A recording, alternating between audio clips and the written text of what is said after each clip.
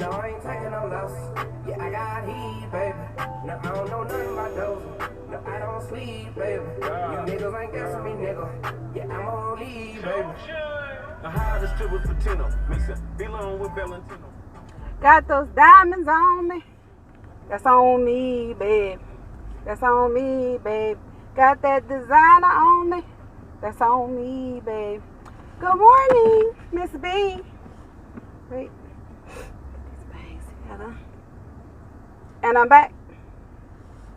How y'all doing this morning? Well, last night I vlogged about my cat, and I didn't do a good job because I didn't really explain. I went so, this is how I am. I go off on a tangent. I forget my point. I got so into letting you guys know why and how I'm so in love with pets. And okay, I will add one more thing to it. Ooh. Shades on. Even though my glasses progress. Winter was yesterday. That's Atlanta, Georgia. It's warming up already. One day winter. Thank you. Got to wear my coat once. Got to wear my scarf once. And now it's over. Focus. Focus, baby. Okay. So, I've been around animals so long. I mean, I was like, as a baby, like I would crawl out of my crib.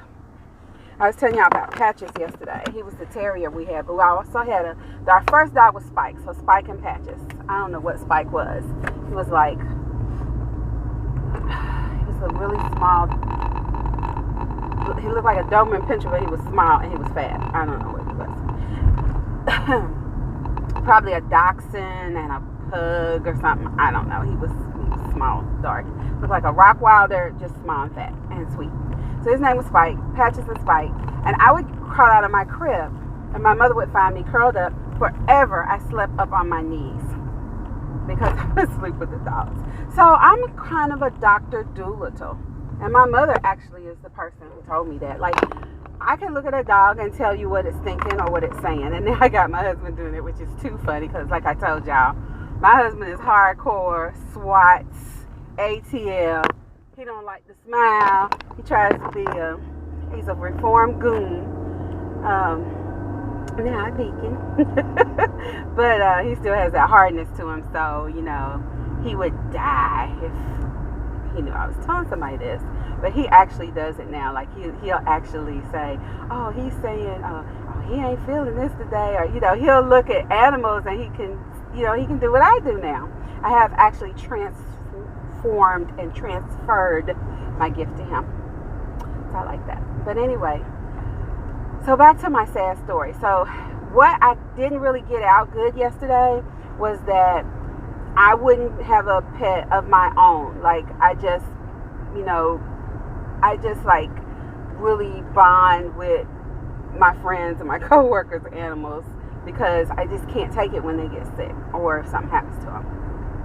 So that's why the long story about how I got Midnight. I really didn't want to get a cat, but we just fell in love with him. And then it was like, okay, you've been outdoors for 2 years of your life. I mean, because he was in an apartment complex, I really feel like, and even when I took him to the vet for the first time, he's like, oh, he's been to the vet before. I mean, he even pulled out his hand for his pedicure. I mean, he you know, he's truly been somebody's pet before. So just the fact how sad it is that, I want to say a bad word. I'm not going to cuss. A person who would do bad things to their mother would have an animal, and then when you move out of the apartment, you just leave them there. It's so disgusting. It's so awful. And Midnight had literally lived in this apartment complex. When I took him to the vet said he was 2. So the people in the leasing office was like, oh yeah, he's been here definitely 2 years. I mean, they fed him, they loved him, they took care of him, but it was just situations where everybody who really loved him couldn't take him. Like, they already had 2 cats, and you couldn't have more than 2 cats in your apartment. The leasing agent people already had pets, and they couldn't have more, whatever. But they were constantly trying to get him a home. So Midnight's a rock star. Like, everybody that meets him loves him. Okay, focus. I don't know why my phone goes out of So, oh, by the way, I'm on my way to a bridal shower. I got a co-worker who looks like Nunu. She looks like Laura London. No joke. She does. She's super gorgeous. Has met the man of her dreams, and we're gonna have a whole video about that because she went about it the right way. She was not looking for no man. She don't need to look for no man because she's gorgeous and smart, and I'm sure they were beating down the doors for her. Every time I walk somewhere with her, she stops traffic. So, and she's not all glam, like she's very down to earth. She's just pretty, period. She don't have to do nothing. So she was doing what she does. She was going about her life, and she used to be a cheerleader in college, and so she is the cheerleading coach for a very popular Little League football team here in Southwest Atlanta. Well, not Southwest Atlanta. Are we Southwest Atlanta? I guess we are Southwest Atlanta. So on the South Side, let me just say that, and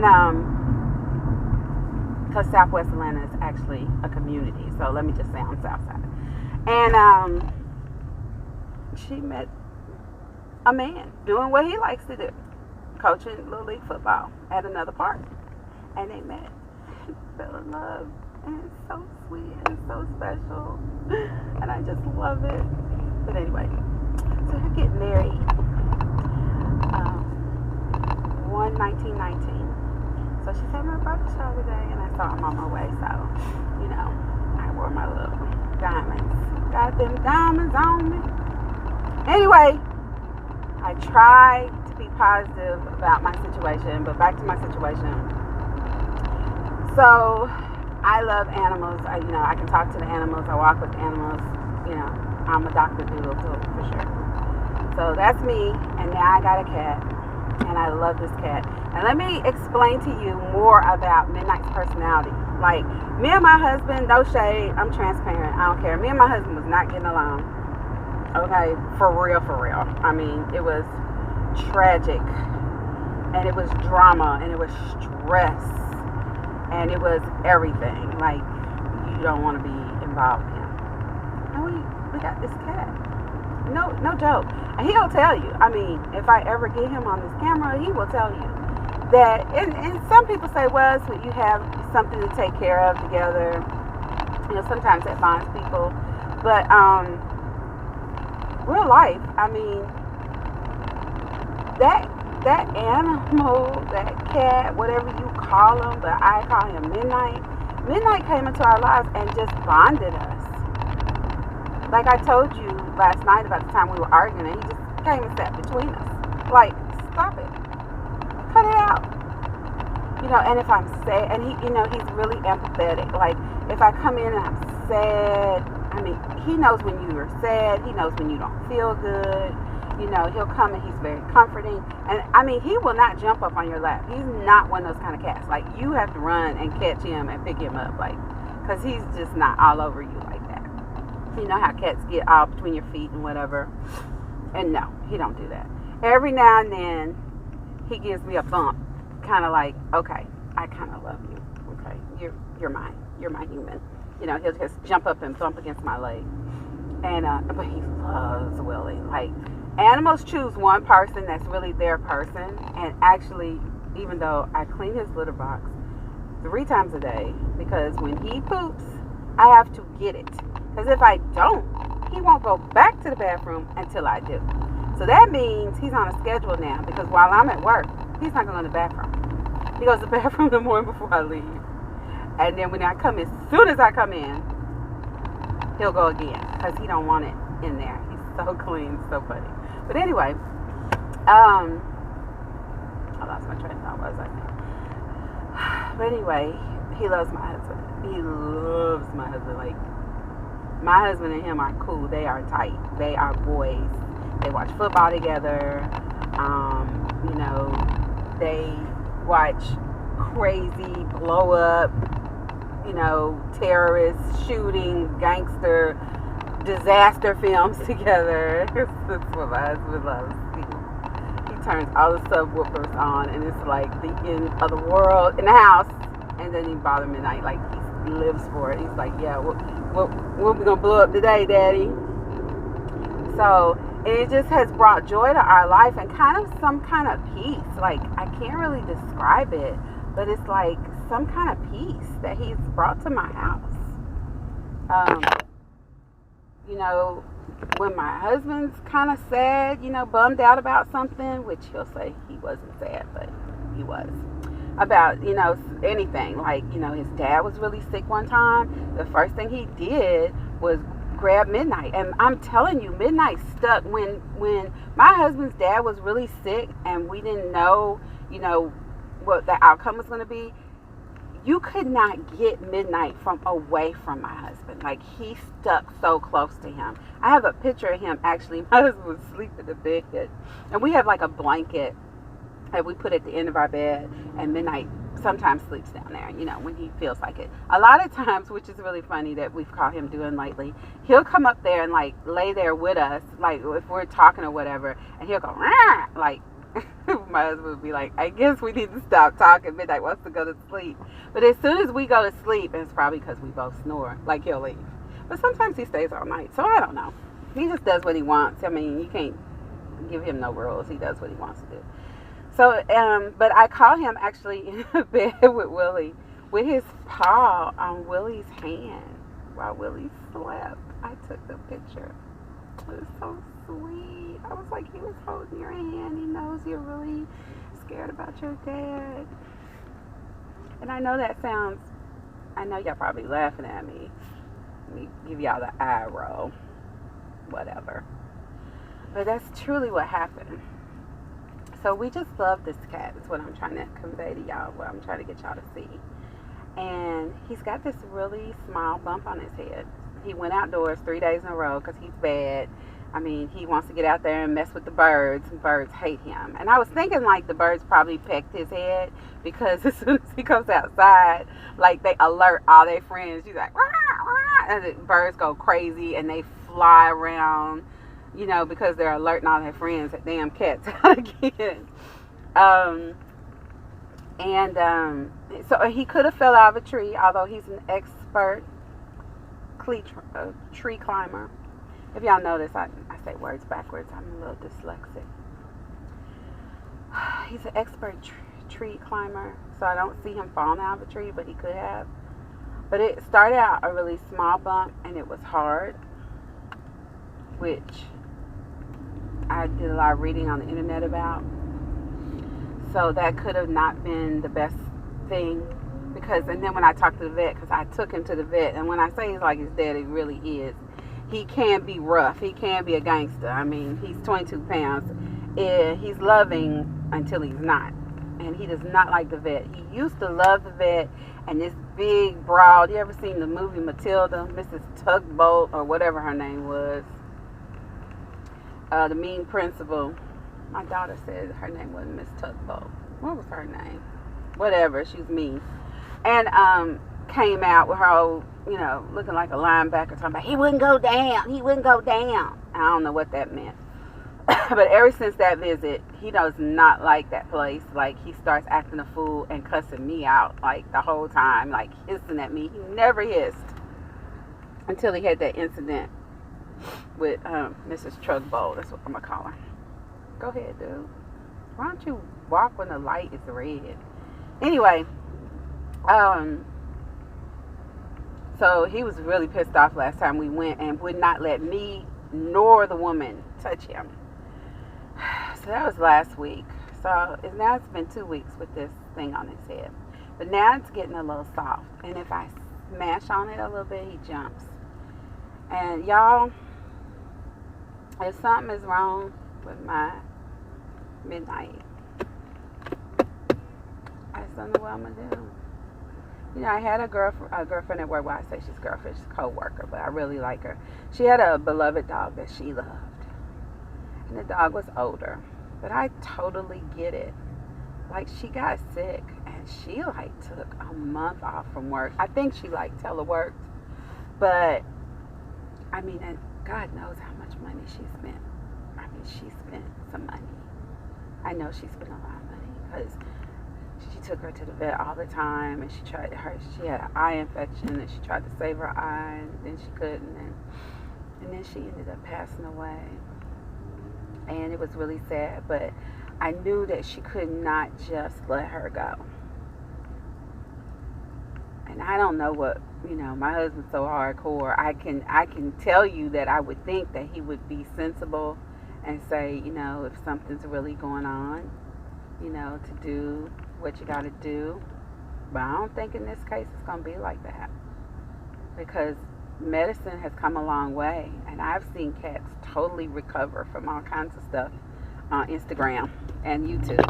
So I think, I just don't know. I'm just anxious. I have anxiety.